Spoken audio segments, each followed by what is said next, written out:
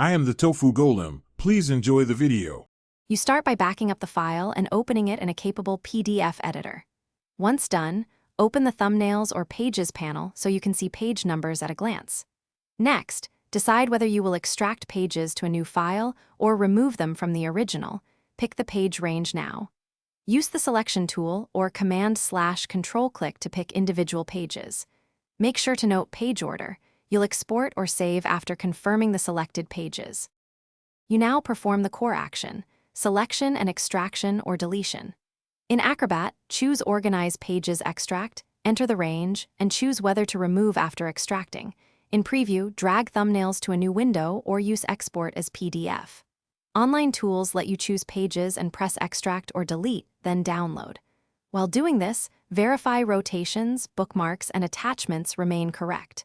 If you need a subset, reorder pages before saving. Finish by saving the edited file with a clear new name and export settings. Choose compression if size matters. Open the new PDF and flip through every page to confirm the removed pages are gone and bookmarks and links still work. If you need, run an OCR or repair routine for scanned documents.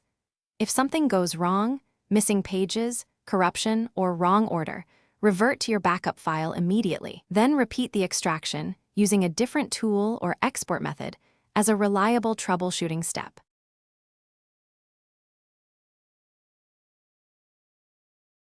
Thanks for watching. Consider subscribing if we helped you today.